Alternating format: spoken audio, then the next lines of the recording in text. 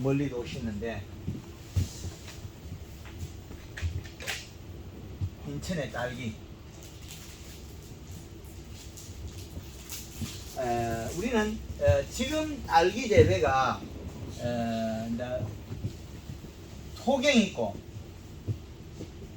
양액 있고 그 지금 양액 재배야. 예. 양액 재배 지금 현재 공급원 이식 얼마입니까? 2.6이요.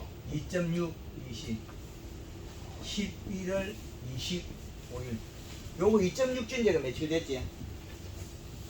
4일 됐어요. 4일이야. 그러면 21일부터 줬다는 거네.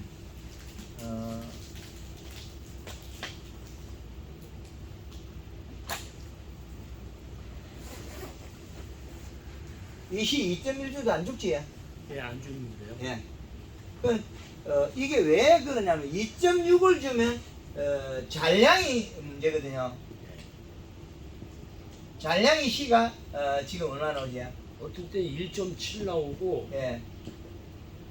1.3, 예. 1.2 막 그래. 통에 담아놨을 때 지어보는 거지. 아니 땅 주 속에 가지고. 베드 속에. 아, 주가 딸기입니까? 남쪽 키.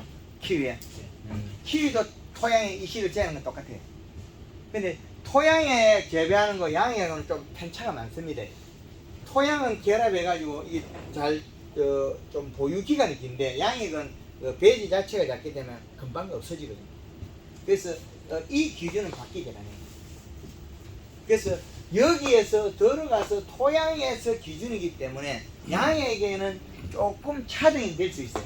양에게서 재배에서 그 작물에 따라서 저 기준표가 100% 맞지는 않아요. 또.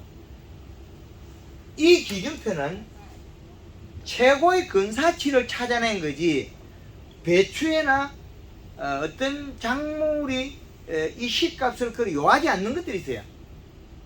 안 먹어도 되는 것들이. 그것들은 과해요. 그래서 그렇더라도 우리는 하나의 큰 기준값을 찾아가 정립을 해야 되거든요. 우리나라에서 딸기의 이 시값을 3.5를 주고 5.5까지 5.9까지도 최고 줬는데 이 시값하고 팁번하고는 무관하거든요. 이제 이해하시죠? 근데 유튜브 보면 이 시간 높아 이제 팁볼 온다 저안 되니까 팁볼 온다고 그런 것도 있어가지고. 맞습니다. 예, 근데 궁금해서. 세상에는 가짜가 많습니다. 아니 근데 교수님 유튜브 보고. 예. 이 시가 높으면 팁번이 올 수도 있고 이 시가 낮아도 팁번이 올 수 있고 팁번은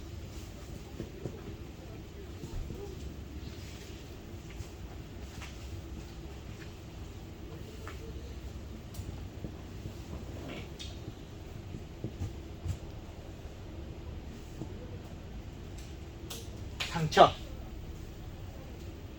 알기 기공의 탈수 잎이 시들어서 안에 있는 기공의 상처가 났다는 거죠. 그러면 결과가 어떻게 되느냐?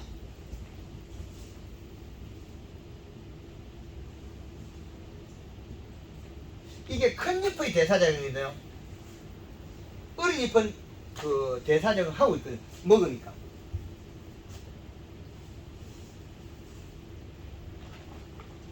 큰 잎.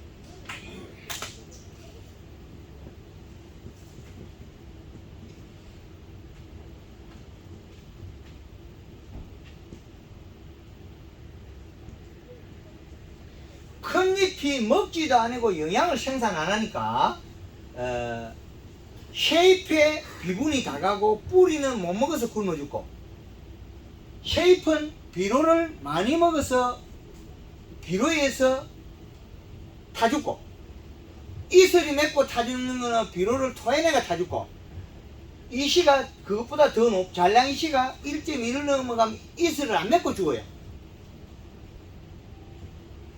그 대사작용 정지에 의해서 쉐잎이 비료를 다 먹어야 돼. 대사자형 정지. 그럼 요거에서 두 가지 분류가 되겠죠, 이제 여기서.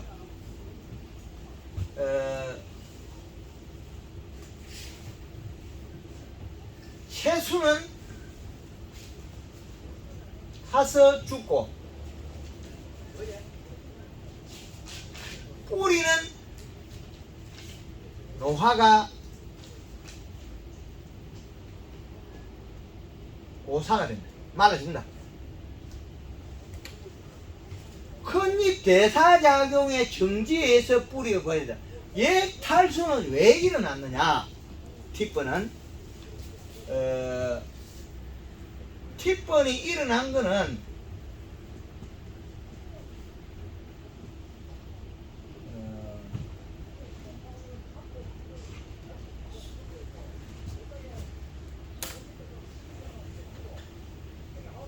환기 불량이 이렇게도 안 맞고, 이게 기공이 많이 열린 상태에서 환기를 시켜서 바람이 소통이 많아서 생겼다 봐야 되거든요.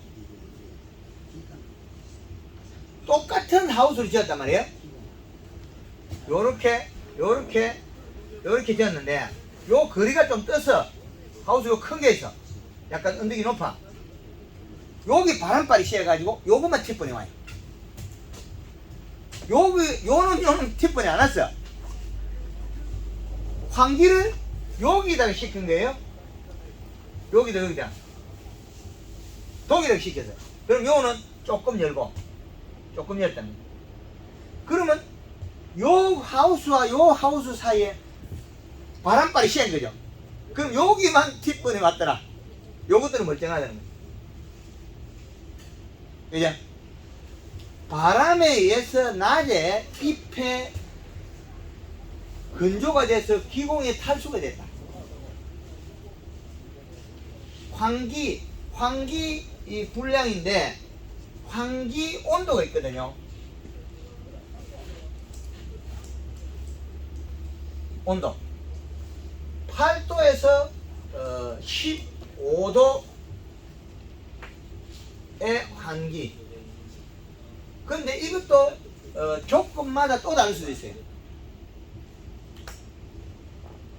그러면 이 말은 오전에는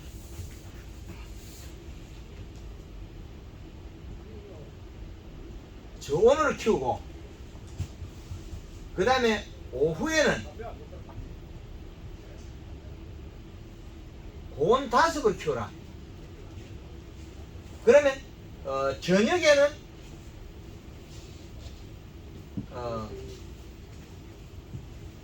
환기를 충분히 해서 대기 습을 맞춰라.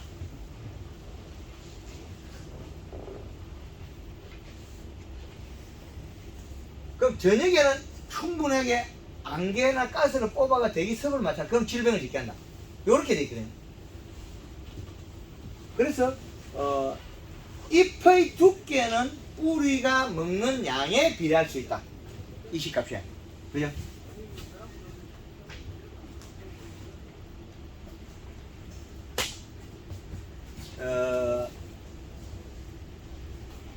알기가 여름에 티번이 안 오죠? 티번이 잘 안 오죠? 네. 노지에 있는 딸기 티번 옵니까? 그건 모르겠네요. 그 모종 던지나면 티번 오던가요? 밖에 있는 거. 모종 안 좋은 거 버리니까 이파리 티번 오던가요? 그거 안 해봤어요. 모종 심다가 남은 거 밖에 둔 것들이야. 화분에 심어놓은 거는 온 것도 있고 안 온 것도 있더라고요. 노지에 둔 거. 바깥에 하우스 말고. 하우스 안에는 안 해봤죠. 노지에 있는 딸기들은 티번이 안 와요. 왜 안 오냐? 온도에 맞춰갖고 그 기공 조절이 되기 때문에. 온도 편차에서 기공이 열고 닫는 요게 약하다는 거예요. 요 종 자체가. 알기는 티번이 있고, 다른 것들은 그 오이나 애호박도 티번이 나오긴 해요. 비록 과다해서 고온열상이거든요. 그건 고온열상이지, 그 비료를 뱉어가지고 죽는 건 알기밖에 없어요. 거의 제가 알기로는 비료를 뱉어내는 거. 일액을 맺혀내고 또 일액을 안 뱉기도 하고, 오이 같은 것도 비료를 많이 주면 생장점이 녹아버려요. 이걸 녹아버려요. 그리고 샤인마스켓에서 보면 비료를 많이 줘서 꽃필 무렵에 잎이 이렇게 쪼그러지는 경우가 있거든요. 그거는 미생물을 줄 때 그런 현상이 많이 일어나요. 토양에 있는 질소분을 먹어버리고 가리 성분이 가해지면 영양이 빨리 가거나 하여튼 온도에 의해서 잎이 약간 쪼글쪼글해져요.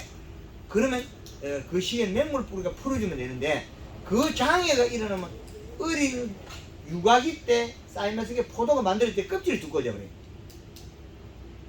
그리고 수정도 안 되고 기현상이 나는.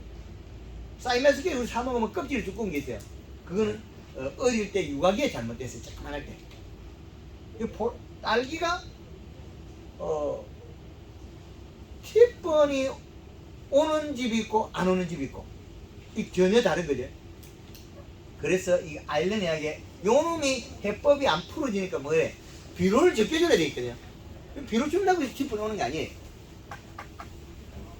요 티번을 이렇게 명확하게 어느 정도 이 가닥을 잡아가 풀어내는데 제가 5년 반이 걸렸어요.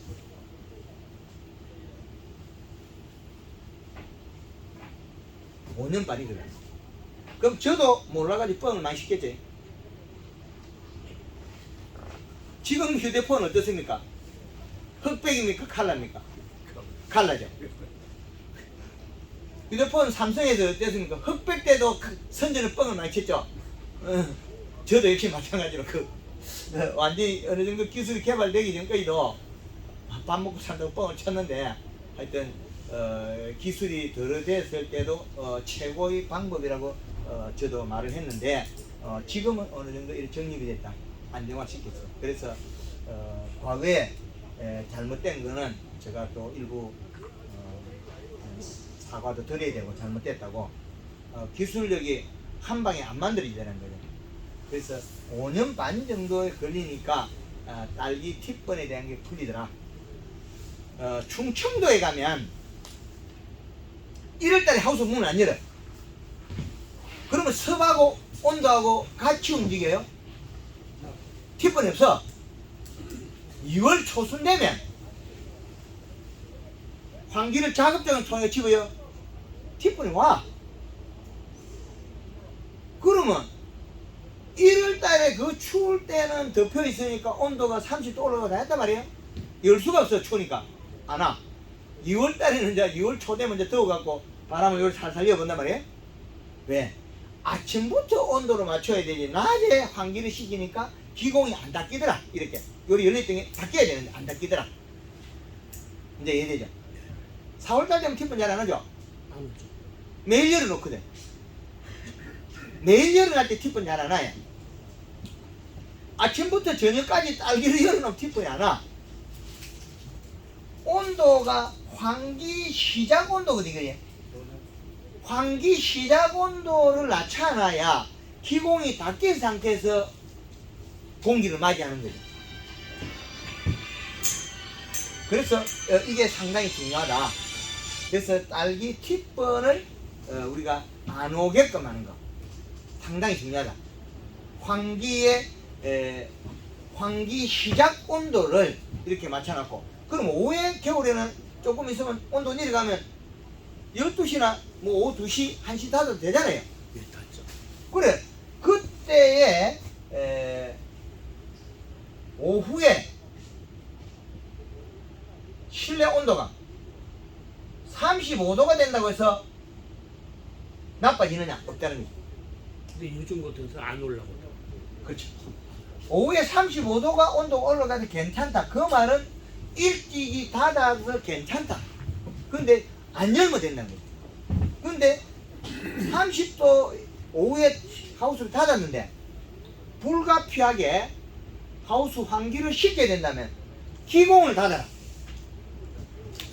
기공을 닫자. 물은 좀. 예. 기공을 닫아야 된다.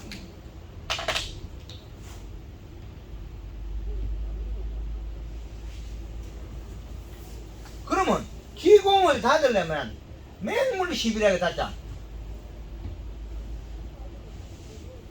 맹물을 뿌리니까 기공이 닫게 되더래. 급격한 온도를 떨어뜨리니까 기공이 닫게 돼. 그래서 기공을 열고 닫는 것만 잘하면 좋겠다. 그럼 오후에 닫아가지고 온도 올라가면 대사량이 빨라져요. 온도를 낮게 키우면 딸기가 과육이 안 크기 때문에 씨가 톡톡 튀어나와요. 그럼 오후에 온도 올라오면 씨가 쏙 들어가 버려 과육이 커요. 그게 이제 이해되죠? 그래서 딸기의 티번하고 이식값하고는 별개다는 거죠. 기공이 상처를 입어서 대사작용을 안 하면 뿌리가 죽어요. 그 기공이 상처가 입어서 큰 잎에 대사작용 정지하면 뿌리가 노화되고 뿌리가 고사화돼요. 그럼 뿌리가 나갔다 그러잖아요. 팁번에 의해서 나간 게 아니고 팁번은 이파리 조금 타준 것밖에 없어요. 그러나 큰 잎이 대사작용 영양을 생산해서 못 내려준다. 못 내려주고 못 먹는다. 왜? 기공이 상처가 났다. 이래. 그러면 꽂는 분화하고는 별개거든요. 이식값하고도 별개예요. 이식을 많이 올리면 우리가 여기에서 대사작용을 할 수 있는 계절의 이식값을 사계절 이식값에서 이시 잔량이시가 늘어나면 생장 때문에 죽어요. 그걸 여기다 표에다 나타내는 거예요. 딸기 키가 25cm, 입자로 25cm 말이야. 그러면 웃자람 현상이 벌어졌다는 거예요. 웃자람이 이시값이 약간 높게 해서 웃자람이 벌어지면 잎이 커요. 네, 잎이 넓이가 우리나라의 딸기 잎의 넓이를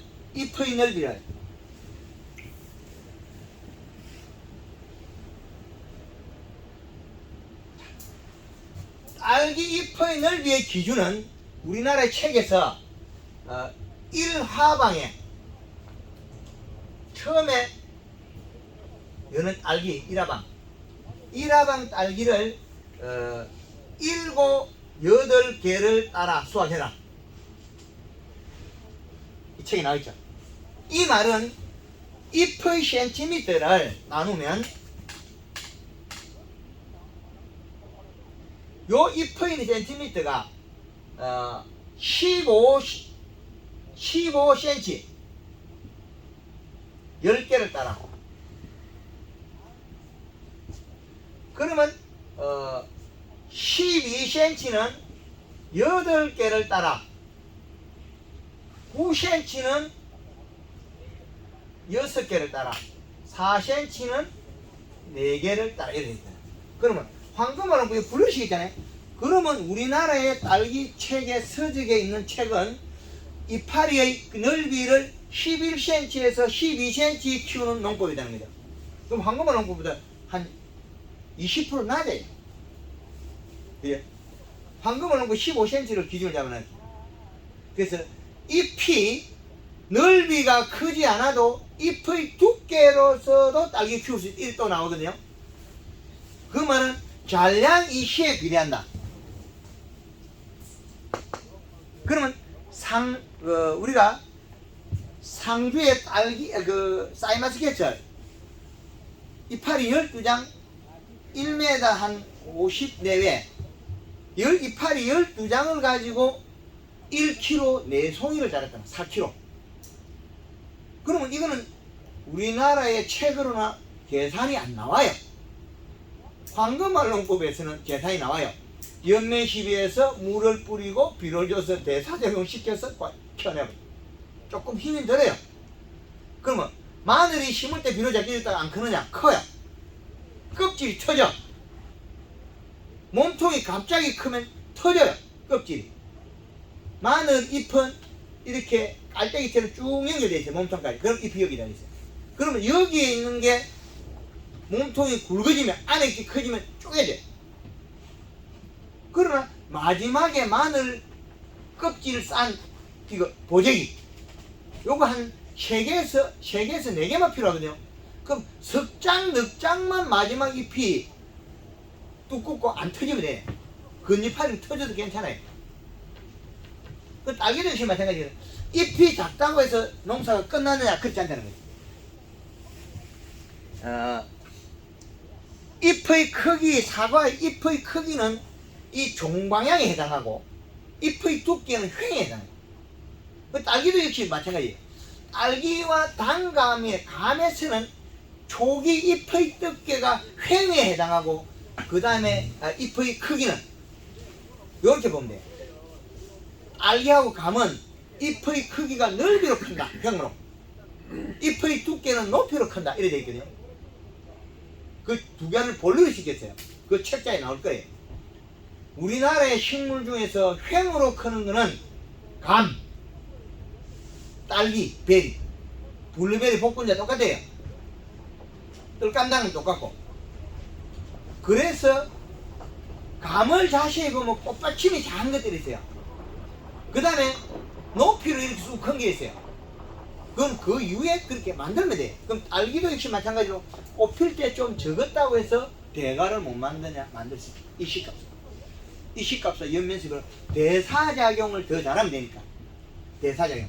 그래서 잎의 센티미터에 의한 생산량, 이거 기본이고, 이거에 의한 더 좋은 방법도 개발이 되어 있다. 잎의 두께로. 이 시값. 그래서 우리가 지금 주는 게 이 시값을 공급원이지 잔량은 아니거든. 잔량은 얼마냐? 잔량은 2.6을 줬을 때 잔량이 1.7 정도가 안 나와요. 2.5를 주면 1.2밖에 안 나오거든. 1.34.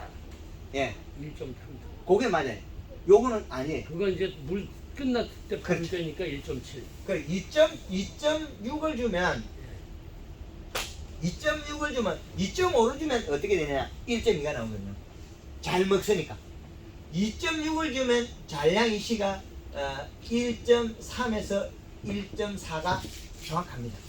예, 그게 그 그렇죠. 근데 지금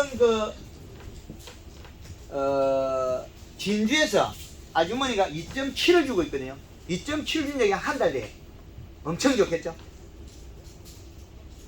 2.7 준 적이 한 달 정도 되니까 딸기 얼마나 굵은 게 나오겠습니까?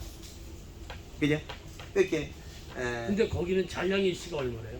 잘랭시에 그 집 척진 게 없어요. 척진 게 없어서 그 잘랭시 못 물어봐요. 저 공식이 있는 건가요? 2.6에서 1.3이 나오기 정상이라고. 응, 있지. 2.5로 주면 1.2가 되면 이슬이 안 매죠. 잔량이 시가 1.2가 되면 이슬이 안 매죠. 아니 그러니까 내가 공급을 얼마큼 할 때 잔량이 얼마 남아야 된다는 공급. 그거는 안 맞아요. 맹물시배, 연면시배에서 뿌리 대사작용에 따라서 바뀌어버립니다. 많이 먹게 만드니까. 우리가 매일 맹물을 했어요. 그 매일 맹물을 하니까 대사작용이 빨라가지고 많이 먹으니까. 그러면 3.5를 공급을 했는데요. 예. 예를 들어 뭐 0.78밖에 안 나와요. 잘 먹고 있으니까 좋은 거죠. 아니 그러면 이제 비료가 부족한 거잖아요. 그렇게 표현하면 안 돼요. 그렇게도 맞는데 지상부에서 소화능력이 또 따로 있거든. 너무 빨리 간다고 해서 과일이 견디냐 못 터져버려. 그럼 그렇게 이 씨를 여기 공급은 좀 높게 가는데 잔량이 씨가 낮은 건 상관없다는 얘기인가요? 그렇죠. 낮아요. 근데 토경은 거의 비슷해야 되는, 같아야 되는데 양액은 먹고 툭툭 떨어지기 때문에 근데 저는 1.34 나오면 예, 안 좋은 거네. 더 올려야 돼. 이 씨를. 그렇죠. 이 씨를 더 올려야 돼. 지금 아마 요 정도 나오는 것처럼 지금 딸기가 수확하고 있습니까? 아니야. 아직 안 나와요? 도토리만 해요. 이제 작아야. 그러면 도토리. 이하방은 어떻게 나옵니까? 안 나옵니까? 이하방, 삼하방 막 나와요. 막 나와요? 네. 그럼 올려야 돼. 빨리 올려야 돼. 요놈이 도토리만한 게 먹기 시작하면 식물이 꽃대가 딸기 꽃대가 굵어서 많이 먹어요. 그럼 잎이 못 큰다는 거죠. 그럼 잔량이 실어 올리면 잎을 더 큰 걸 만들어야 됩니다. 그러면 3, 4방도 같이 크게 만들어가는 거죠. 그러면 3.0 가볼까요 한번? 지금 2.8? 지금 그 여기에서 한 3.2까지 바로 올라가야 돼. 3.5를 올리면 0.5를 올리면 3.1이겠죠. 그리고 잔량이 심화 맞아져 가는 것 같으면 그거는 아무 문제가 없어요. 잔량이 시 공급원이 시에서 잔량시가 떨어져야 되는데 그 수치가 2.5 했을 때 1.2 그러면 1.3이 떨어져야 되는 거죠. 그 정도 먹어내야 돼. 근데 이게 배드에 몇 센치를 박아야 돼요? 측정기? 측정기가 배드에서 측정하는 게 우리 딸기 배드가 이래 볼륨이 돼 있잖아요. 가령. 예. 그러면 여기에 처음에 요 간격을 여기서 여기까지 5cm. 예. 5cm. 그 다음에 여기 이제 여기까지가 10cm. 예. 그 뿌리 근권의 이 실을 그 측정해 봐야 되는데 이게 그 배액으로 재면 안 된다. 배수액으로 재면 안 된다. 예. 액은 하지 마라. 이건 의미가 안 맞다. 배수액은. 그럼 재는 시간은 물 아. 들어갈 때 아무 상관이 없어요? 아니 관계 있어요. 이게 이제 낮에는 먹다가 저녁 해 떨어지면 올라가 버려요. 그게 틀려서 제가 물어봐요. 예. 그래서 아침 일찍 재면 안 맞아요. 네, 아침에는 올라가. 예, 올라있다. 올라 있어요. 예. 뿌리가 대사작용 아침에 기공하고 이야기 나왔잖아요. 대사작용을 안 하면 뿌리 활동을 거의 안 하니까. 그래서 뿌리가 흡수하는 시기에 측정하는 게 제일 맞다. 그럼 오후 한 5시에 온도 툭 떨어지면 이놈이 그 뿌리가 먹다가 딱 나버려요. 2시쯤에 직장하기 최고 좋은 예. 그게 한 11시에서 2시 사이가 좋겠죠. 11시에서 2시. 겨울하고는 또 달라요. 여름하고는. 겨울에 안에서는 그런 차이가 나요. 여름에 또 너무 더워갖고 시들어가 또 안 먹을 수도 있어요. 여름에는. 그러면 여름에는 한 10시쯤이나 아니면 오후 한 4시쯤? 오후 한 5시에서 오전 9시. 물 끊기 전에는 제 뭐 끊어도 관계 있어요. 끊어도 이시니까. 그래서 작물에 따라서 다 다르다는 거예요. 편차가. 그래서 우리가 양액에서 지금 딸기 양액이 그 탱크가 몇 개죠? 2개요. A통, B통. B통 2개밖에 없습니까? 아니, 있어요. C통, D통도 있어요. 아. 2개만 써요. 여기에다가 그 요소를 플러스하면 돼요.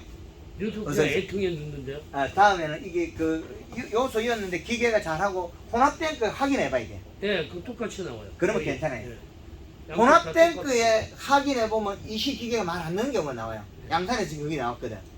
A통에다가 요소를 넣었는데 이 기계가 언밸런스 나와. 이시 올려도 안 올라가요. 0.1 3점대로 올려도 2점대밖에 안 들어가는 경우가 있어요. 양의 기계가 오작동을 한다. 예, 그래서 양의 기계에 따라서 그래서 양의 기계 오작동하는 관계 없어요. 그리고 우리가 양액을 떠가지고 요소를 한 주먹 집어넣으면 색깔이 안 가야 되거든요. 예, 그러면 이상이 없다. 이렇게 봅니다. 그래서 지금 우리가 딸기에도 이상이 없고, 예, 어서 있어. 파프리카도 이상이 없고, 토마토 이상이 없고, 그럼 우리나라의 양액 처방에 그 방법이 가리 성분이 많다는 결론이거든요. 양액이. 그럼 딸기가 물러지는 경우가 많잖아요. 색깔이 빨갛게 있고 이게 익어 나가는 게 끝이 빨간 그거는 가리 가다거든. 그래서 질소 함량 더 늘려야 되는데 그 여기 A통, B통 양액에 여기에 요소 그 물 100리터당 2 내지 4kg. 그럼 1톤에 2 내지 4kg, 20에서 40kg 쓸 수 있다는 거지. 예, 그렇게 하고 있어요. 예. 그 지금 요소 몇 킬로 들어갔어요? 거기 20kg. 20kg에? 더 올려도 괜찮아요. 네. 그, 지금 그 올 봄에 그 1월 달에 그 통영에서, 요소 40kg 들어가고 이시가 3.2 들어갔거든. 그럼 딸기에서 이시를 3.2로 사용했다는 건 아주 그 획기적인 방법이거든요. 몇 월 달이요? 1월 달. 작년 올 봄에. 올 봄에요. 예, 그래서 지금 우리가 이 시를 올리가 산다면 지금 1화방 나오고 2화방 나오고 3화방 연속 플레이한다면 이거는 아주 바쁜 거예요. 그럼 1화방, 2화방, 4화방 나와도 돈 안 되는 사람이 있거든요. 왜? 뒷번에다가 비로 적어서 나와도 기쁘질 않아. 왜? 1화방 나오고 좀 쉬었다가 2화방 따고 이래 되면 회복할 시간이 있는데 이건 회복할 시간이 없죠. 그죠? 뭐 연년생이 바로 줄줄이 나오기 때문에 이게 의미가 딸기 의미 큰 모가 모종이 자꾸 작아지잖아요. 그 잎의 크기가 작아진다는 소리거든요. 그럼 잎의 크기는 뭐에 비례하냐? 잎의 두께에 비례합니다. 그럼 키는 뭐에 비례하냐? 온도와 습도에 비례해요. 잎의 크기는 비료량에 해당하고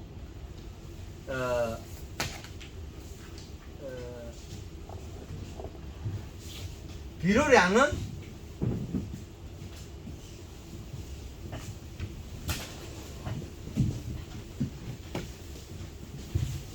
요래 되거든요. 그 잎의 크기는 비료량이에요. 비료량은 잎의 두께네. 이렇게 되거든요. 그러면 잎을 두껍게 만들어놓으면 물 뿌리면 커지는데 잎 두께가 얇으면 물 뿌리면 안 크고 도로 키만 쭉 커버려요. 이렇게 돼요. 그래서 잎의 두께냐 잎의 크기냐 또 다르겠죠. 예, 다 설탕이 예, 다 그대로 예, 쓰고 있어요. 설탕하고 그대로 주면 되는 거죠. 그래서 지금 요구의 공식을 대입해서 이제 딸기의 무게는 잎의 두께에 비례하게 돼 있어요. 과일 무게, 맛하고 무게는 잎의 두께에 비례하게 돼 있어요. 품질이. 그래서 이동작용을 보면 그 가리가 대사를 많이 돕고 그 다음에 생식 기능을 많이 돕는 그 다음에 이제 골드 그린 물 20리터 기준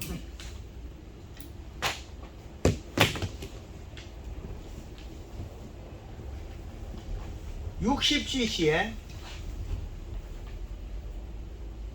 그린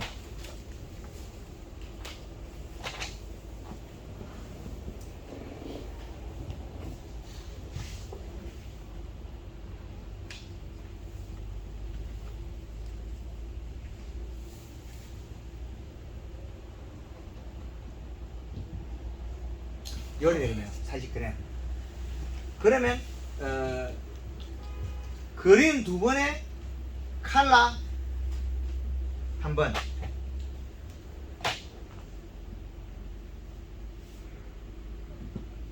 동일한 방법 쓰는데 여기에 뒤따른 게 맹물십이라는 거죠.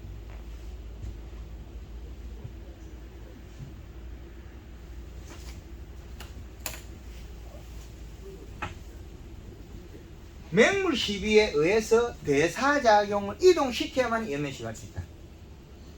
맹물 시비에서. 맹물 시비로서 이동을 못 시키면 이게 문제가 생깁니다. 이동을 시켜야 된다. 맹물 시비로서 이동을 시키면 연면시비 늘릴 수 있다. 그 맹물 시비를 하고 있으니까 대사작용 잘해가지고 이 시값이 있다. 많이 먹어내죠. 물 뿌린다고 해서 딸기가 수정 안 되든가 그거 아니죠. 딸기에 꽃이 피어 있는데 물을 뿌리고 한 거면 뭐야? 그런다고 수정이 안 되는 애는 없다는 거죠. 근데 딸기가 수정이 안 되는 거는 팁번에 의해서 이슬 맺힌데 비료 농도가 높아가 이게 몸속으로 배에 들어가가 그 작은 과육이 상처가 나는 거거든요. 세포가 파괴돼서 수정이 안 된다는 거죠. 물 뿌린다고 수정이 안 되는 거죠. 낮에 물을 뿌린다고 해서 병이 생기는 거 아니에요. 병은 근데 밤에 저녁에 환기를 확실히 시기가 환기를 닫아놓으면 괜찮아요. 습을 낮춥니다. 맹물 시비. 맹물 시비는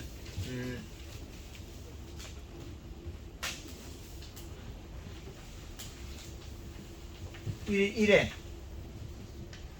3일 정도 뿌리고 그 다음에 연면식을 하면 좋다. 그것도 물 양에 비례하고 물 뿌리는 양에 물을 갖다 30분 뿌리면 바로 연면식이 돼. 그럼 딸기가 비쌀 때는 5분 오전에 환기를 좀 시키고 환기 시킬 때 맹물 시비를 잔뜩 해가지고 물을 많이 뿌려놨다가 그 다음에 오후에 일찍 닫아가지고 온도를 올리면 돼. 온도를 올리면 대사량이 빠르죠. 그러면 이틀에 한 번씩 영양시비를 할 수 있다는 거예요. 이틀 3일에 하루 땡길 수 있어요. 온도를 올리면 더 잘 먹게 하고 그럼 딸기 더 많이 나와요. 알기는 열어 있는데 빨리 익혀가지고 끄집어내야 되거든요. 우리가 팔아야 됩니다. 파는 방법이 이런 대사작용을 원활하게 하는 방법으로서 할 수 있다는 거예요. 올해는 딸기가 그래 비쌀 확률이 많이 없어요. 왜 그러냐? 가을 날씨가 좋아서 마늘도 많이 심고 양파도 많이 심고 하우스에 고추, 애호박, 오이 다 환경이 좋아요. 그런데 흰나노 태풍이 온도 떨어졌거든요. 그 이후에는 또 온도 올라갔고 온도 올라가 마늘이 지금 작은 고자리 파리, 선충, 응애 이게 발생했대요. 일부. 근데 그거 조금 발생해도 마늘이 생산이 절대 안 감소합니다. 왜? 비료를 똑같은 양이 줬기 때문에 옆에 놈이 먹고 크기 때문에 마늘의 생산이 안 줄입니다. 고자리 파리 뭔가 그 응애가 뭔가 싹 다 죽어버리면 주는데 요것이 한 30cm 안에 마늘이 있으면 생산이 안 줄어요. 얼마? 뿌리가 마늘 뿌리 30cm 나올 거니까. 그죠? 60cm 그럼 이 정도 간격 뭐 여기 다 죽고 여기 다 살아있다. 그럼 이거 다 먹을 필요는. 어제 그 창녕에서 그 고자리 뿌리 응애하고 선충이 먹어가지고 마늘이 죽었다고 많이 그 고민하시더라고. 절대 생산이 안 준다. 자세히 봐라. 여기 다 죽은 자리 없지 않느냐? 그러면 비료 죽은 걸 조사를 해보니 죽은 자리 조금 높아요. 그 마늘 큰 폼이 다 먹을 거거든요. 그러면 생산량이 준 게 없습니다. 여러 개 살아있는 자리는 0.9, 좀 죽은 자리는 1.3. 그럼 마늘이 조금 고자리파리 먹고 죽은 자리는 비료값이 높아요. 그 내년 봄 되면 생산량이 두 개가 같아요. 뽑아보면. 마늘을 작게 심은 개수가 많다고 해서 마늘이 평당 10kg 나오냐? 그건 절대 아니에요. 우리 의원님 맞지? 마늘 그거 총총찌리 심어가지고 6, 9 심으나 8, 9 심으나 생산이 같다는 거예요. 왜 같으냐? 비료 준 양에 의해서 편차가 안 나는. 비료 준 양에. 그래서 이 딸기도 얼마나 대사작용을 잘 시킬 거냐. 기계만 조절해놔면 비료는 제대로 들어가요.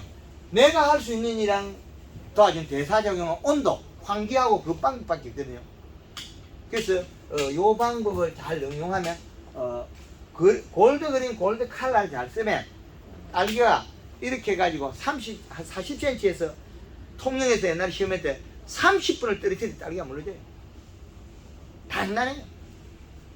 그래서 원활하게 작물이 내가 원했던 데 되기 때문에 딸기에 킥번을 안 일으키려면 아침에 환기를 일찍 시키가지고 기공이 많이 안 열렸을 때 환기를 시켜라.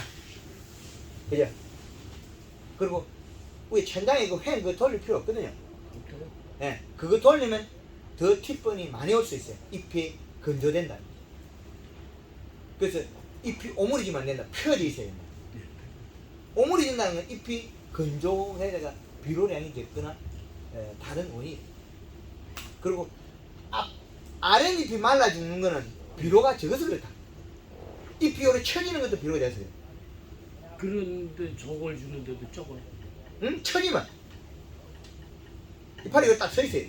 네, 서 있어요. 거의 서 있는데 처진 거는 이 꽃대가 무게 오니까 눌러서 갖고 내려가고. 네. 꽃대가 눌러가지고 내려가는 건 괜찮은데 이 파리가 길이가 길다고 해서 늘어지는 건 안 돼. 늘어지면 뭐 이상해. 이렇게 돼 있어. 그렇지. 저게 뭐 잘못됐다. 예. 잎이 여기 서 있어야 돼. 잎 자루가. 잎 자루가 내려오기 시작하면 비료를 적게 먹어서 잎 두께가 얇아서 이제 힘이 빠지는 거예요.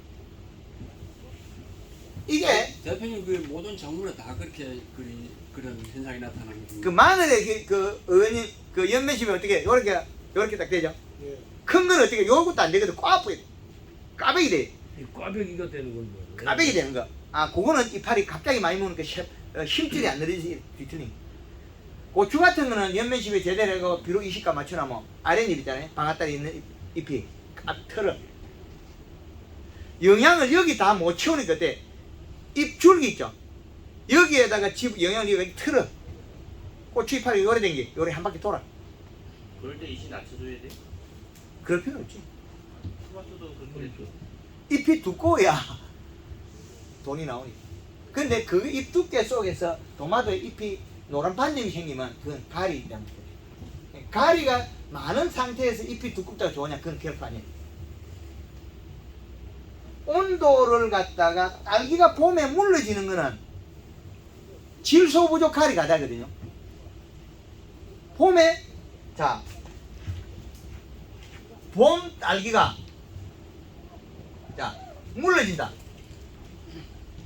물렁이가 된다. 이거는 요소만 주면 단단해져요. 지금 여기에서 A통, B통 사는 A통에다가 요소를 20에서 40kg를 혼합하면 딸기 잘 안 물러지게 돼 있어요. 질소 늘리기 때문에. 그리고 연면십에 봄에 지금 가을에 가리를 40g 넣었죠. 봄 되면 여기에다가 요걸 가리를 빼버리고 요소가 들어가면 돼. 그러면 딸기가 안 물러져요. 복숭아가 물러지는 거, 사이마스케이치 멀컹멀컹한 거, 딸기가 물러지는 거, 요것들은 다 요소를 집어여서 단단하게 만들 수 있다는 거죠.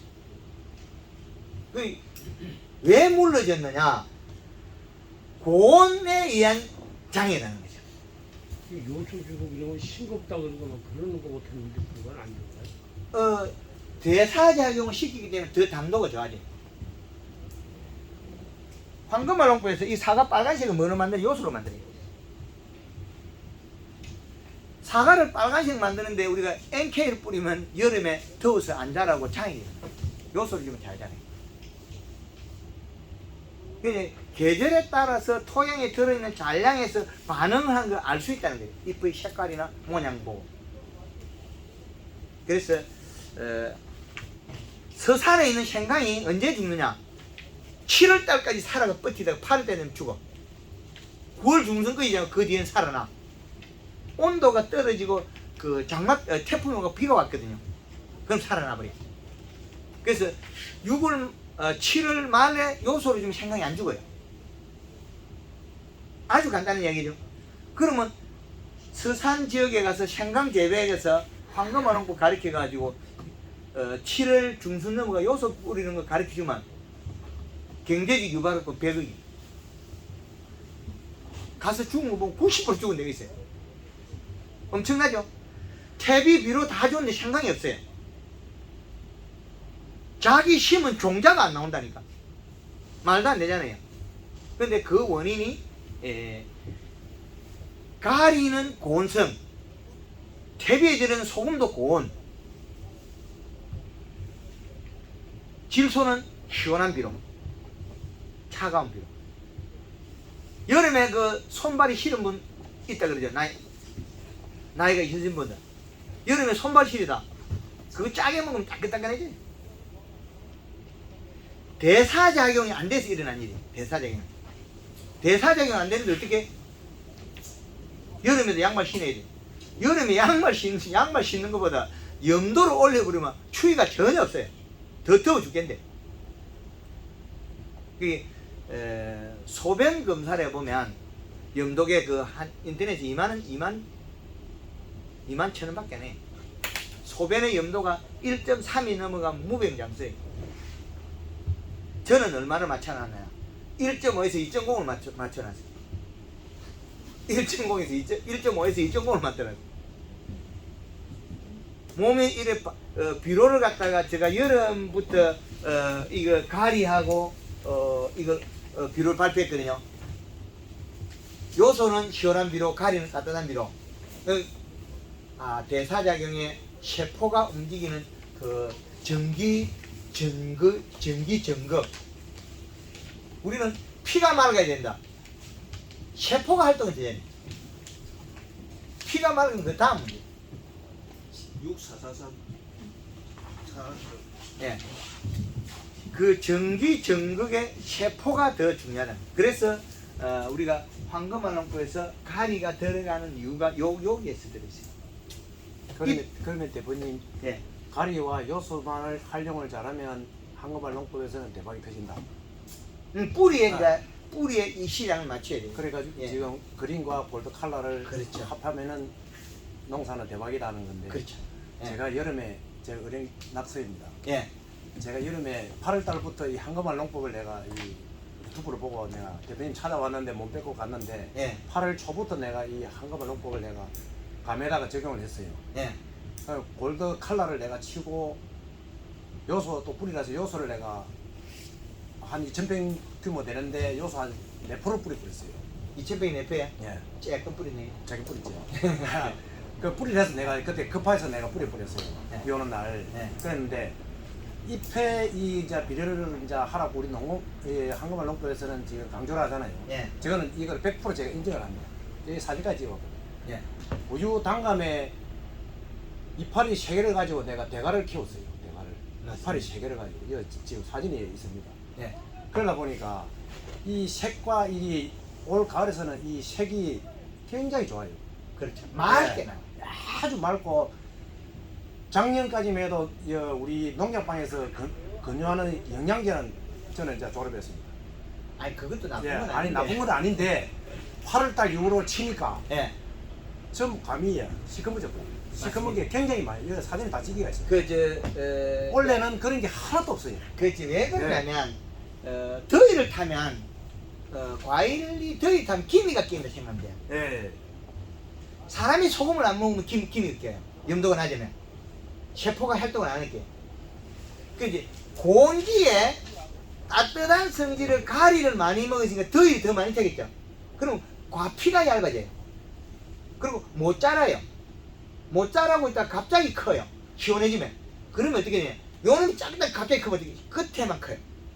그러면 감이 딱딱해요. 올해는 감이 부드럽죠. 예.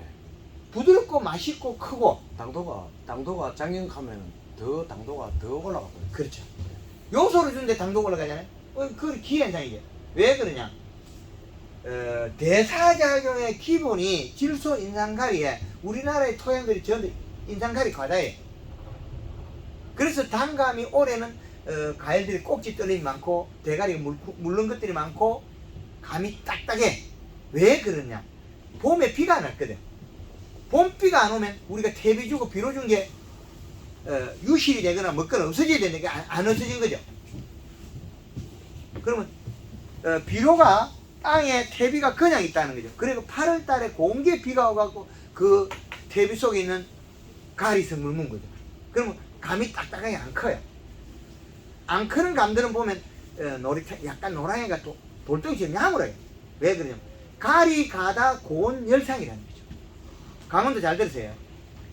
강원도 행성에서 도마도 하우스 했는데 양익을 줬는데 잎에 마그네슘 결핍처럼 노란 반점이 생겼으면 가리 가다 고온 열상이거든요. 그럼 도마도 안 커요. 이파리가 있단만 해도 도마는 깨끗하게 나와요. 땡땅하게 야물기만 야물지. 그거는 김에 짭짜리 하는 거지. 저온기에 그래 하는 거지. 고온기에 그렇게 하면 과일이 안 커요. 딱딱하고 다 익으면 물러져 버려.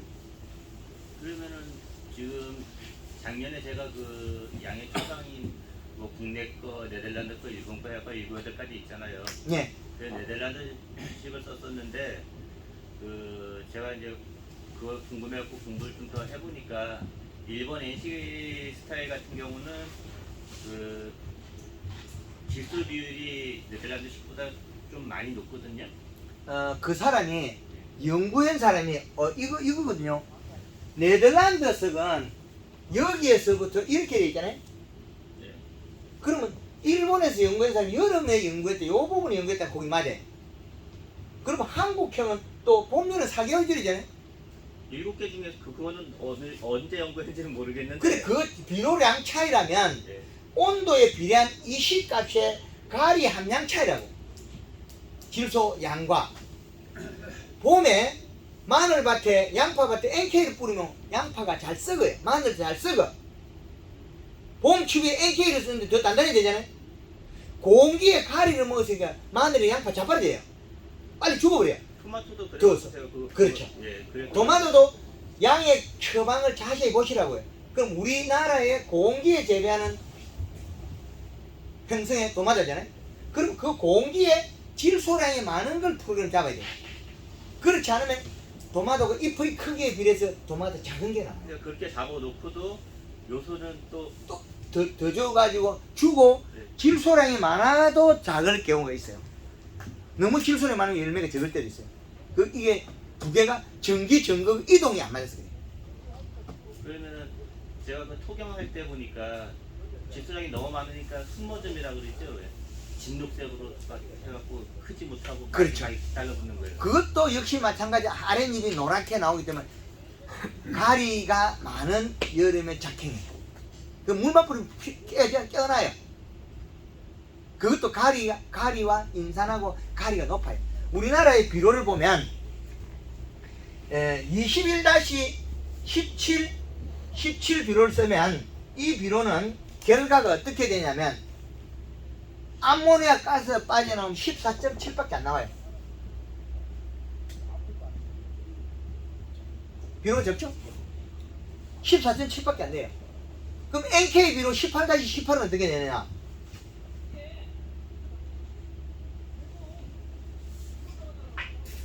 요거는 얼마가 되냐? 12.6밖에 안 되는. NK 비료를 우리가 사과밭에나 여름에 복숭아에 주면 복숭아 작아져 버려. 물러지고. 그러면 우리 단감밭에도 NK를 주면 감이 작아져 버려. 더웠어. 거기에다가 가리 성분은 많은 영양제를 줬으니까 그 감이 견디겠어요? 작아져 버려 돌이. 아, 그래서 작년에 감이 자랐어요. 그렇죠. 예. 요거 NK를 줬기 때문에 퇴비를 농사 잘 지어서 퇴비를 주면 퇴비 속에 인산과 가리가 많지 질소가 없어요. 이런 해석이 먼저 나와야 돼. 그러면 이 공기에 비료값을 질소분이 많은 비료분을 맞춰야 돼. 여름에 자라는 과일은 그런데 단감은 그나마 부유단감 늦게 따는 건 괜찮아요. 공기에 안 커도 되니까. 그런데 중생종이나 빨리 되는 태추나 여름에 따는 복숭아나 빨리 되는 배 안 커요. 그럼 공기에 가리향이 많으면 비대기에 안 자란다는 거죠. 그럼 여름에 수박을 심었는데 NK를 줬다. 수박이 작아져버려요. 여름에 수박에다가 NK를 주면 수박이 작아져버립니다. 그 요소리가 커지죠. 이런 식물의 흐름을 알아야 돼요. 더위는 어디에서 왔으며 추위는 어디에서 시원한 건 어디 왔느냐 그 기준값을 맞춰야 돼요. 예를 들어 그 작기가 6개월 간다고 그러면은요. 네. 6개월짜리 그러니까 질소 코팅 많이 된 완효성 비료 그거를 배지 위에다가 뿌려놓고 양해를 들어가면서 저거를 위치를 맞추면 안 되나요? 그렇진 안 되죠. 비료가 녹는 거는 무모한 짓이에요. 양에게다 비료를 녹인다. 그럼 극과 극이 바뀌어요. 예, 배지에다가 우리가 비료를 더 추가 준다. 그럼 극과 극이 바뀌어요. 뿌려놓으면은 질소가 공급이 될 거 아니냐 저는 그런 생각을 한번 했어요. 아니, 그 위험해. 너무 위험해. 많은 거는 끄집어내지 못했기 때문에 황금원홍보 대표가 이 개발했는데 왜 2.7을 바로 쓰면 되지? 왜 빼가 여 밑에 내놨겠어요? 아니 질소량 맞추기 어려우니까. 아, 그래도 안 돼. 그래서 이거 2.4를 왜 2.7이에요. 그런데 이걸 방송에는 그래하고 이거 빼놨거든요. 높아진 거는 이미 생산이 감소하고 나빠졌어요. 여기에서 최고 피크에서 내려가면 나빠지거든요. 그래서 1.8짜리인데 1.5를 맞춰라고도 강의하고 여러 가지 방법을 했거든요. 왜 그랬냐? 최고 피크 좋은 데서 넘어가면 나빠져요. 작은 거는 채로 이어서 복구 시기는 이건 쉬운데 많은 걸 빼내기가 너무 어려워요. 그래서 우리나라 사이마 스케치 일본에서 넘어오면서 바이러스를 했거든요. 황금만 홍보에서 바이러스 어디서 물 뿌리면 풀리는데 이 파리가 쪼글쪼글한 거는 물 뿌리고 풀면 돼요. 아주 간단하게 풀어버리죠. 일본에서 저가 이름을 이상하게 지었어요. 이놈들이 비료를 많이 먹고 잎이 쪼그러진 걸 갖다가 이게 뱅 같기도 하고 아닌 같기도 하니까 이름을 두 개를 지금 가짜로 만들어놨죠. 바이러스 바이로다 이런 썩은 놈이 있어요. 모르면 모른다 얘기. 모른다 하면 다음 사람이 하잖아요. 그것도 이름을 짓으면 바뀌어버려요. 우리가 그 식물 재배에서 어떤 걸 말을 쓰냐면 그 최근 들어서 스트레스라는 말을 쓰고 있어요. 우리 옛날 몇 년 전에 한 10년, 10몇 년 전에 약 한 20년 전에 우리 위신경성 많이 얘기했죠. 위신경성인데 현장은 그런 말 잘 안 쓰죠. 근데 식물에다가 이 사과가 왜 이런지 말귀를 못 올 것 같으니까 식물 스트레스 받았다. 스트레스 주지 마라. 웃자는 말인데 답이 없는 거죠. 모르면 모른다 하고 그 다음에 다른 사람이 풀면 되는데 스트레스 받았다 그 말을 못 쓰겠죠. 그러다 보니까 앞으로는 그런 게 많이 개선이 됩니다. 그리고 우리나라에 표를 만들고 그 지금 알기 책자는 지금 바뀌고 있어요. 알기 티프는 칼슘 결핍이다. 그 말을 빼버렸어요. 지도 잘 모르는 걸 그 책에다 쓰고 보니까 안 맞거든. 어떤 사람 똑같이 양액 주는데 티프는 없거든. 어떤 사람 나타나거든. 그 말은 식물이 뿌리가 손상을 입가지고 생산됐을 때는 그 작물을 뽑아서 그 성체를 갈아가지고 그걸 조사하면 그 영양소가 바뀌어버려요.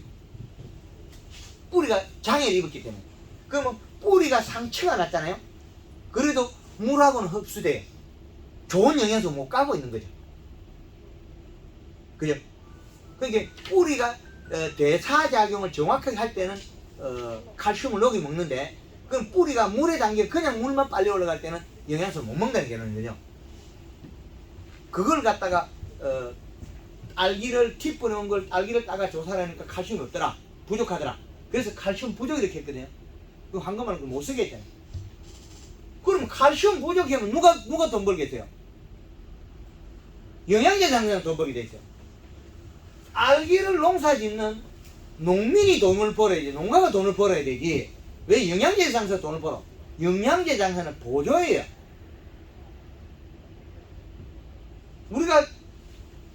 우리나라에 사람이 살아가는데 병원이 보조지 병원이 죽어야 된대요. 그런데 이름을 잘못 짓는 순간에 주객이 전도돼요. 그래서 고추도 칼슘 결핍 그것도 아니다. 시드름에 의해서 끝마름이 생겼다. 잘못된 것도 다 뜯어고쳐. 그래야만이 농가들이 원인에 맞지 않는 제품을 사용할 필요는 없거든요. 뭐 무좀이 걸리는데 발에 3% 씌운다고 무좀이 낫겠어요? 아니지 않습니까? 그러니까 무좀에는 무좀약과 치료하면 되고 머리에는 샴푸로 머리 감든지 비누를 감든지 그 차이잖아요. 그걸 해야 되는데 맞지 않는 걸 맞은 양 갖다 붙이면 안 된다. 그래서 우리 농업에서 농가들 교육이나 이걸 할 때는 식물에 스트레스를 많이 쓰지 마라. 그건 말도 안 된다.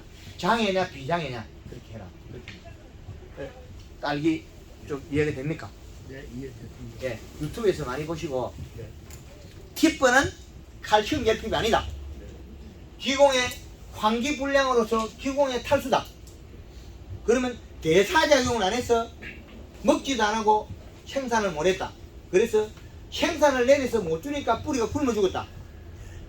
그리고 먹지는 못하니까 작은 이파리가 다 먹어 다 죽었다. 이렇게 되죠.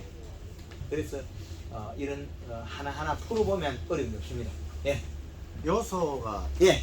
연면 시비를 하는데 가스를 빼고 하는 게 좋습니까? 바로 녹여가지고 물에 희석해가지고 연면 시비를 하는 게 좋습니까? 가스 뺀다고 잘 빠진 거 아니에요. 암모니아 가스이기 때문에 토양에 계란해서 빠진다 그랬잖아요. 연면 시비. 그래 그거 안 죽을 만큼 염면 되지 그 가스가 빠진 거 아니에요. 물에 연다 가스가 어떻게 달아나요? 그럼 바로 녹이라고 바로 해도 된다 이 말이야. 똑같잖아요. 안 좋은 만큼 해면 되지. 그게 대개 보면 지금 이 농사 짓는 우리 농민들이 그게 억수로 이 요소에 관해서라든지 이야기했잖아요. 예. 여기 있잖아요. 암모니아체 질소는 토양에 결합하면서 30%가 가스가 나간다. 그 작기주기 때문에 가스가 있어도 괜찮다. 됐지? 예. 그 유한을 주면 안 되느냐? 유한도 암모니아체 질소예요. 그러나 그건 20%밖에 안 되고 요소는 46%짜리. 불쾌지 달라요. 그럼 생육기에 지금 그 이씨라든가 잎의 크기라든가 뭐 이런 거 기본적으로 맞았다라고 가정하에요. 예. 그 단풍 들이기 할 때 보면은 가리랑 연면 시비를 하잖아요. 그거는 온도가 떨어지는 경우에 가리를 올린 거거든요. 그러니까 생육기에는 그러면은 함부로 쓰면 공기에 가리를 쓰면 질소는 나빠져. 질소는 질소도 역시 마찬가지예요. 어느 거든지 우리가 비빔밥에 밥이 중심이 되고 나물하고 양념은 부가지인 거예요. 그런데 비빔밥 밥만 많이 해놓고 비빔밥을 했다. 맛대로 장사 안 돼. 그죠? 비빔밥에 뭐 고추장 잘 담았다 고추장만 적당히면 비빔밥이 팔리겠어요? 똑같은 일이에요. 비빔밥의 기준에 한해서 식물이 먹는 걸 하되 계절에 따라서 가리양 요구도가 다르다. 이렇게 정리하겠죠. 그래서 인산이 많아도 해가 된다. 인산이 많아도 사과에 꿀이 있다 하는 거 있잖아요. 밀배 현상. 인산에 뭉쳐서 그렇다. 장애다. 밀배 현상은 사과에 꿀백인 거는 장애입니다. 장애. 결의를 세 번만 맞추면 그게 뿌리 베긴다고 이야기를 들었거든요. 예. 그게 아닌가 봐요. 그 알지. 그 인산이 많아서 인산 가다에 사과나무에 몸뚱이에 청태가 끼잖아요. 시푸럽게.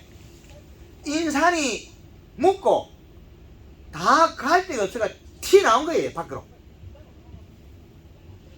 인산 과다 장애예요. 장애. 그죠?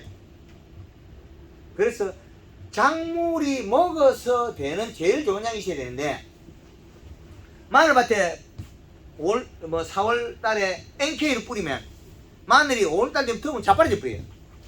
왜 그러냐? 요거 때문에 그래요. NK는 18-를 줬는데 질소가 작아져 버렸어요. 질소는 줄어들어 버렸거든. 그래 NK를 30- 뿌리면 이상이 없어요. 높은 거를. 그 복합비료도 이제 이런 거 21- 뿌리기가 아니고 30- 그 명품 300 같은 거 뿌리면 이상이 없어요. 자, 명품 300이라는 비료가 있어요.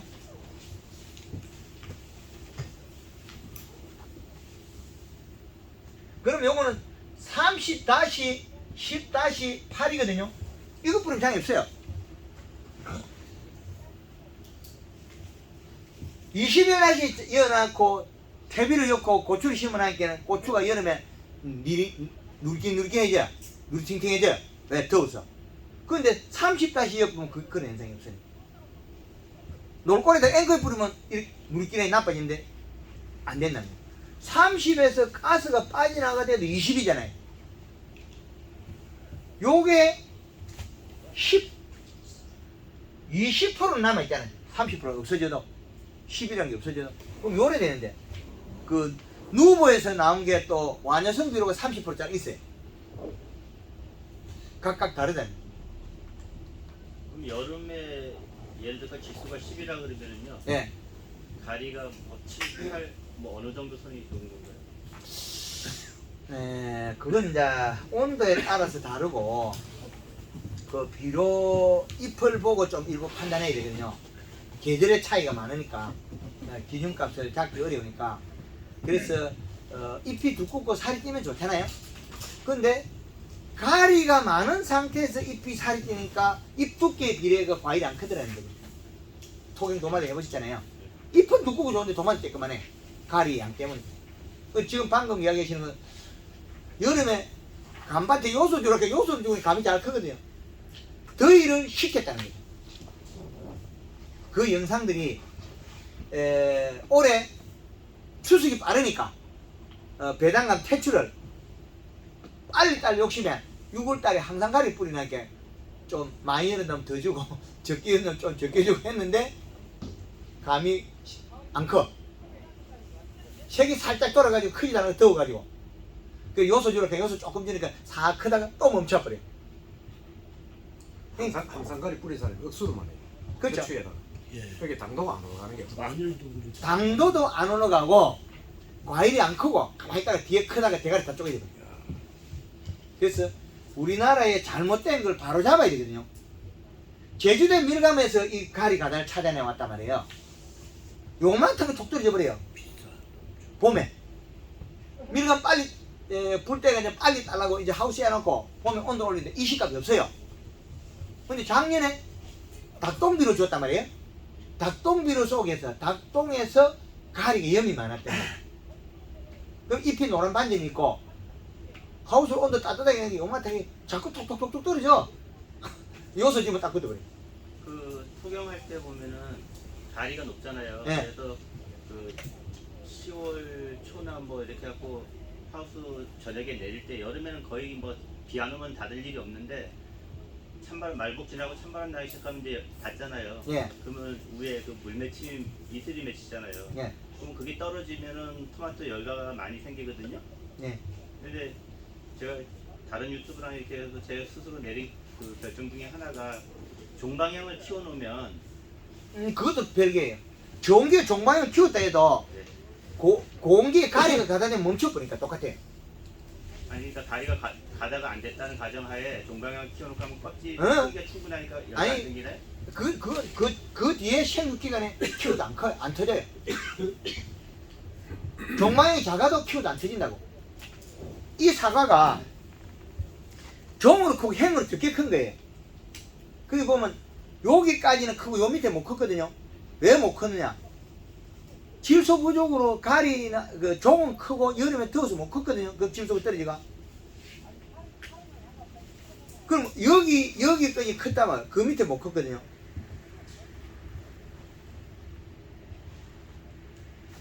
요놈 보면 요 정도까지 컸거든요.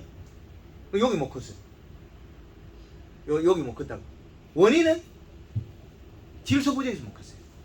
그럼 도마도가 처음에 작게 맺어도 키울 수 있고 감이 처음에 작게 맺어도 키울 수 있어요. 가리 가다만 안 시키면 공기에 키울 수 있다는 거예요. 계속 크니까. 가리 가다에 보면 생육이 공기에 멈춰버려요. 그런 것들은 이제 전기가 접어들면 위에 부분에서 열과가 동심원으로 자꾸 생기니까요. 그렇죠. 네.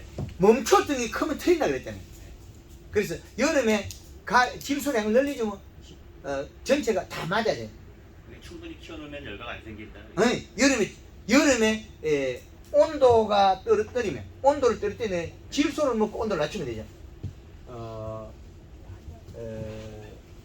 질소가 가리 이쪽 어디 갔나? 요소가 어디 갔어? 저기 이 시기에 더운 시기에 여기 있네. 여름에 도마도가 못 큰 이유가 이게 지금 여름이겠죠. 7, 8월 달에 못 큰 이유는 고온에 의한 장이거든요. 고온에인데 이 고온은 그것 때문에 그래요. 요소는 저온이 되고 가리는 고온이 된다는 거예요. 가리가 있으면 함수량이 그리 안 늘어나요. 질소가 있어야 함수량이 늘어나요. 가리가 가다 되면 잎의 함수량이 안 늘어나요. 잎의 함수량이 많다는 얘기는 그 질소가 많다는 얘기고 질소가 많다는 얘기는 과해도 함수량이 높다는 얘기인가요? 그렇게 하면? 과해도 함수량은 높아요. 함수량이 높은데 그것도 과하면 영양이 이동을 못해요. 영양 이동. 요소주는 요소를 갖다가 100평당 3kg 내지 5kg를 사용하라고 그걸 하던데. 네. 그걸 하는데 어느 정도 간격을 어느 정도 하면 되겠습니까? 요소 한 포 뿌리면 사과나무 이빨 떨어져 버려요. 왜 그러냐면 비료를 먹어서 떨어지는 게 아니고 비가 작게 오면 가스에서 떨어져 버려요. 아모니아 가스. 그래서 간격을 대충 어느 정도 간격은 이제 잎이 각도를 보거든요. 이 각도를 보고 그렇죠. 비료량은 토양의 토성, 이제 점질이냐, 중점이냐, 중산이냐, 왕산이 이래 되거든요. 그 점질 땅에는 사과밭에 100평에 2포에서 3포는 뿌리도 돼, 1년에. 사과 좋게 나와요, 크게. 근데 중점질이는 4포에서 5포를 먹어야 돼요. 그 배 차이 나죠? 그럼 중사질은 6포, 7포 먹어야 돼요. 예. 완전히 마사 물빨이 좋은 건 7포 이상 먹어야 돼요. 100평당. 그럼 비료로 양 차이가 많이 나버리잖아요. 이게 비료값에 의한 그 식물이 그 비료값이 있는데 비료의 용탈량에 비례하는 들어가서 땅에 맺혀 있느냐 안 맺혀 있느냐 그 차이가 많이 있다. 예. 또 다른 분 질문. 지금까지 옛날에는 저도 80년대 농민 후계자입니다. 예. 그때 당시에 우리가 영농 교육을 제가 받아 다니고 봅니다. 지금 우리 대표님 한금알 농법하고는 완전 정반대거든요. 제가 한 번씩 이 아시는 지인들한테 요소 이야기를 하면 기함을 합니다. 옛날 그 고정관념만 바뀌게 하기 때문에. 저도 사실은 요소에 대한 걸 깬 거를 내가 원래부터 요소에 대해서 내가 깨우쳤어요. 예. 그래서 아까 내 질문 드린 건 가리와 요소만 응용을 잘하면 대박 터진다. 저도 이제 완전 100% 저는 섭득을 했어요. 했고 원래 내가 8월달부터 접해가지고 제가 이 감을 키워보니까 네. 답이 나왔어요. 나왔는데 지금 이 다른 사람들이 이야기 이 요소라 이야기를 해버리면 사실 전부 거부 반응을 합니다. 그렇죠. 예. 황금알 농부 했을 때 말게 없다. 이게 그 과일들을 만들어 놓으면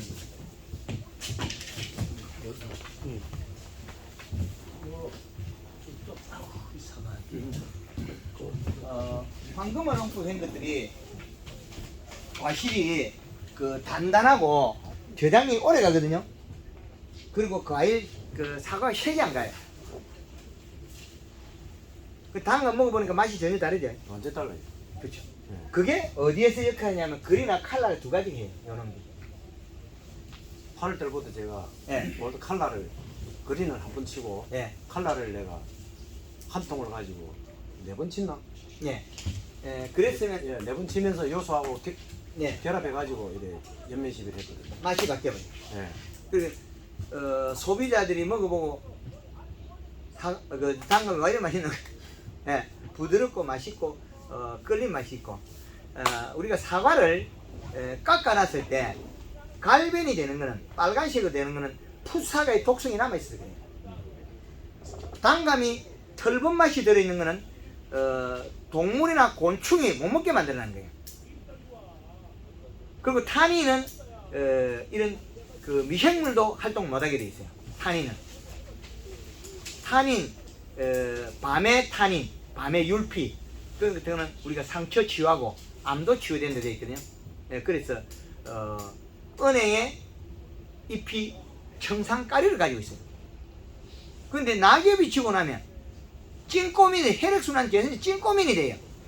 왜 그렇게 찐꼬민으로 바뀌겠습니까?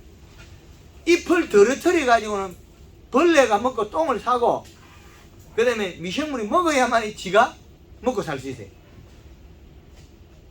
그래서 은행잎이 떨어지면 미생물 활동 아주 잘하도록 만들어놨어요. 남겨놨어요. 그래야만이 자기가 빨리 먹을 거니까. 그게 분해가 되도록 만들어놨어요. 그래서 산에 가보면 떡갈나무, 뭐 꿀밤나무, 뭐 상수리나무 사는 거 요것들은 워낙 척박한 데 사니까 겨울에 힘들더라도 좀 흔들리기 힘이 들어도 이파리 딱 잡고 있어요. 봄 되면 딱 따라가 지가 먹으려고.